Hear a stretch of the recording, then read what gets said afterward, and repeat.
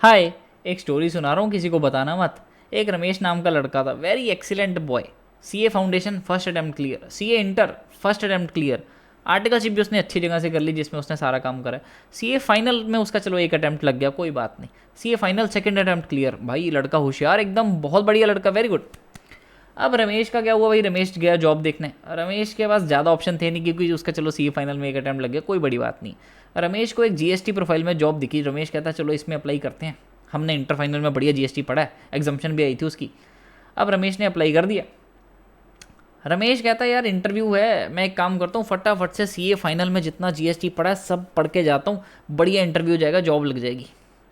भाई रमेश ने पढ़ लिया। रमेश पहुंच गया इंटरव्यू देने और इंटरव्यूअर ने पहला क्वेश्चन पता क्या पूछा, अभी एक रीसेंट सर्कुलर आया आपने पढ़ा है? और रमेश का ऐसे होगा कि वह भाई क्या पूछ रहा है ये, सीए फाइनल में कहाँ, हमने तो कहीं नहीं पढ़ा कि रीसेंट सर्कुलर आया, कहाँ पढ़ते हैं, क्या होता है, रियल लाइफ में कोई केस लॉ नाम की चीज़ भी होती है। और रमेश का ऐसे होगा कि आए, मेरी तो सीए इंटर और सीए फाइनल में जीएसटी में एग्जम्पशन थी। रमेश कहता कहता फिर भी मेरा ये हाल है, मैं क्या बोलूँ। अब रमेश भाई थका आ रहा बेचारा, इंटरव्यू तो उसका नहीं क्लियर हो पाया। वो भागा भागा किसके पास आया मेरे पास। तो रमेश ने आके बोला सचिन भाई यार ये कहाँ से देखते हैं। तो मैंने बोला रमेश ये तेरे अकेले की प्रॉब्लम नहीं है, बहुत सारे ऐसे बच्चे हैं जिनको ऐसा लगता है कि आईसीआई जीएसटी चला रहा है। भाई आईसीआई कुछ नहीं, आईसीआई सिर्फ जीएसटी का पेपर लेता है, जीएसटी को गवर्न करता है सीबीआईसी। तो फिर उसको सोचा, मैंने कहा यार अब रमेश की स्टोरी एक बार अगर साइड रखें तो मैंने सोचा तुम सब में एक रमेश हो सकता है, या अगर नहीं भी है तो हो सकता है कल को तुम रमेश ना बनो। ये इंश्योर करने के लिए मैंने सोचा कि क्यों ना तुम्हें सीए इंटर का जीएसटी तो मैं बताती हूँ, क्यों ना उसके अलावा थोड़ा बहुत थोड़ा सा एक रियल लाइफ का टच दे दूँ ताकि तुम्हें पता तो रहे कि जीएसटी तुम्हारी बुक्स के बाहर भी थोड़ा भी बहुत कुछ है।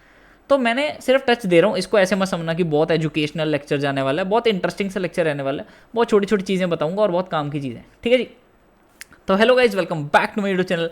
टाइटल तो उन्होंने पढ़ लिया होगा, तो शुरू करें। Yes sir. तो अब मैं तुम्हें लेके चलता हूँ सीबीआईसी की वेबसाइट पे। तो ये होती है सीबीआईसी की वेबसाइट, ऐसे दिखती है। और यहाँ पे मस्त एकदम ऐसे नोटिफिकेशन सर्कुलर, ये देखो latest updates, notification and circular, बढ़िया से लिखे आता है। अब तुम देखो यहाँ पे एक सर्कुलर है 1 अक्टूबर 2025 जो कि कल आया है बेसिकली। सर्कुलर 23 सितंबर 25 का, नोटिफिकेशन 18 सितंबर की नोटिफिकेशन। अच्छा ये तुम्हारा होमवर्क है, तुम्हें नोटिफिकेशन और सर्कुलर में डिफरेंस गूगल करके आना है, ठीक है। होता बहुत छोटा सा ही है लेकिन फिर भी तुम करोगे तो बेटर है। अब मैंने सोचा अब मैं तुम्हें सिर्फ ये क्या दिखाना चाहता हूँ, एक चलो क्यों ना एक सर्कुलर 1 अक्टूबर 2025 वाला तुम्हारी थोड़ी स्टडीज़ के साथ भी रिलेटेड है, इसलिए थोड़ा लिंक कर देता हूँ तो तुम्हें और मज़ा आएगा।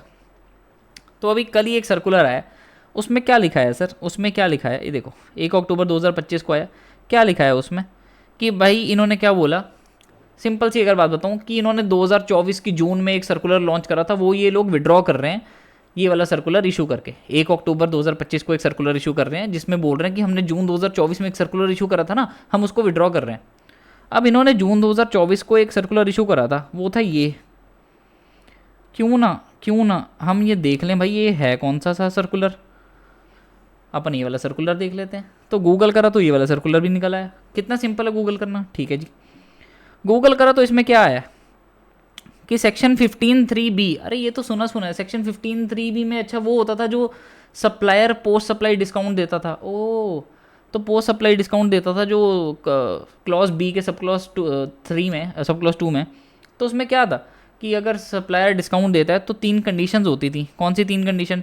कि वही जो डिस्काउंट है वो इस्टेब्लिश होना चाहिए at the term of supply, at the time of agreement. जो डिस्काउंट है वो इनवॉइस के साथ लिंक्ड भी होना चाहिए। एंड थर्ड, आईटीसी जो है वो रिसिपिएंट ने रिवर्स कर दिया होना चाहिए। ये तो हम पढ़ते हैं, इंटर और फाइनल में पढ़ते हैं, वेरी गुड, ठीक है। अब हुआ क्या भाई, अकॉर्डिंगली सेक्शन 34 में सप्लायर ने क्रेडिट नोट इशू कर दिया। लेकिन 2.3 पढ़ो, लेकिन कोई ऐसी फंक्शनैलिटी तो है नहीं है, कोई ऐसी फंक्शनैलिटी तो है नहीं है कि भाई जिससे टैक्स ऑफिसर को या सप्लायर को पता चल सके कि भाई रिसिपिएंट ने आईटीसी रिवर्स कर दिया। तो इसलिए जब तक वो फंक्शनैलिटी अवेल होगी तब तक गवर्नमेंट ने क्या बोला कि भाई सप्लायर की जिम्मेदारी है कि तू सीए या सीएमए का सर्टिफिकेट अरेंज करके दे कि भाई रिसिपिएंट ने जो है वो जो उसका आईटीसी प्रोपोर्शनेट रिवर्सल बनता था उसने रिवर्स कर दिया। ये सप्लायर के ऊपर बर्डन डाल दिया। अब सप्लायर कहता मैं कहाँ से लाऊं ये वो, बहुत भाई उन्होंने ऑब्वियसली है ना जीएसटी पोर्टल वालों को भी बोला, सबको बोला कि भाई ये तो हम पे दिक्कत है भाई, इसलिए फिर उन्होंने इसलिए हटा दिया। अब एक ये तो हो गया एक authentic source, that is your CBIC की वेबसाइट। यहाँ पे तुम्हें लेटेस्ट नोटिफिकेशन, लेटेस्ट सर्कुलर सबसे पहले यहाँ पे मिलेगी। बाकी किसी भी थर्ड पार्टी, देखो थर्ड पार्टी साइट्स बहुत सारी हैं, TIOL, सेंटेक्स और भी बहुत सारी हैं, मतलब तुम जब थोड़े बाहर निकलोगे बुक्स से अभी तब तुम्हें और पता चलेगा। लेकिन फिलहाल मैं तुम्हें बताऊँ CBIC की वेबसाइट एंड तुम्हारा अपना GST पोर्टल। ये तुम GST पोर्टल जब लॉगिन करते हो, ये वाला पेज खुलता है ना, इसमें तुम्हें कुछ नहीं करना है, बिना लॉगिन करे यहाँ पे न्यूज़ एंड अपडेट्स लिखा होता है, इस पर क्लिक कर दो और ये देखो सब कुछ लिखा आ जाता है। ये देखो यहाँ पे तुम ये भी देख सकते हो कि सितंबर 25 के महीने में कलेक्शन कितना हुआ है। Net collection I think 10.5 lakh crore के अराउंड हुआ है, तो तुम ये खोल के भी देख सकते हो। और सर उन्होंने वो वापस क्यों ली? अब इसकी देखो और भी रियल लाइफ इम्प्लीकेशंस हैं। एक पोर्टल पे एक फीचर कह लो, एक फंक्शनैलिटी कह लो, IMS इनवॉइस मैनेजमेंट सिस्टम है, वहाँ पे भी उन्होंने रिसिपिएंट को एक ऑप्शन दे दिया है कि अगर सप्लायर ने तुम्हें क्रेडिट नोट इशू करा और तुम्हारे 2B में वो क्रेडिट नोट बोल रहा है, तो तुम्हारे पास ऑप्शन है कि तुम उस क्रेडिट नोट को रिजेक्ट कर सकते हो कि नहीं मेरा क्रेडिट नोट नहीं है, ये पता नहीं क्यों वो अपनी लायबिलिटी कम कर रहा है, उसको वापस भेजो, मेरा नहीं है, मैं अपना ITC रिवर्स नहीं करूँगा। तो रिसिपिएंट के पास एक ऑप्शन है, तो ये भी एक रीज़न है। प्लस अब तो उन्होंने और स्ट्रिक्टनेस कर दी है। ये देखो न्यू चेंजेस इन IMS में क्या है कि जो रिसिपिएंट है वो क्रेडिट नोट को, उसको कुछ ना कुछ तो उसका ट्रीटमेंट करना पड़ेगा, वो क्रेडिट नोट को 1 महीने से ज़्यादा पेंडिंग नहीं रख सकता। एनीवे इतना नहीं घुसेंगे। मेरा सिर्फ पर्पज़ यहाँ पे सिर्फ ये बताने का था कि भाई तुम जो इंटर और फाइनल में पढ़ते हो, नंबर 1 उसके बाहर भी GST है, नंबर 2 ICAI सिर्फ GST का पेपर लेती है, ICAI GST का कुछ नहीं है। कल को तुम कभी फ्यूचर में कोई लॉ कोट करोगे तो ICAI की बुक से मत कोट करना, CBIC के साइट से जाके एक्ट उठाना, रूल उठाना, ठीक है? ऐसे करते हैं। इनफैक्ट मैं तो आज की डेट में भी अगर CA इंटर के लिए भी कुछ नोट्स बना रहा होता हूँ तो मैं तो आज भी CBIC के सीधा डायरेक्ट रूल या डायरेक्ट एक्ट रेफ़र करता हूँ सीधा उनकी वेबसाइट से। तो ये भी चीज़ें होती हैं। तो ये मेरा पॉइंट था बताने का कि इससे पहले कि तुम्हारी हालत रमेश जैसी हो कि तुम्हें कभी पता ही ना हो कि भाई ICAI की बुक से बाहर भी कुछ है, ICAI की बुक के बाहर भी एक GST लॉ है जिसको CBIC गवर्न करता है और जिसकी बाहर नोटिफिकेशन सर्कुलर ये सब चलता रहता है। तुम्हारा होमवर्क है ये नोटिफिकेशन सर्कुलर रूल्स रेगुलेशंस इन सब में डिफरेंस पढ़ना, ठीक है? सॉरी। तो बस इतना ही था मेरा purpose. And anyway just in case तुम्हें नहीं पता, मैं CA इंटर को GST पढ़ाता हूँ, तो तुम मेरा चैनल सब्सक्राइब कर सकते हो ऐसी और भी यूज़फुल वीडियोज़ के लिए।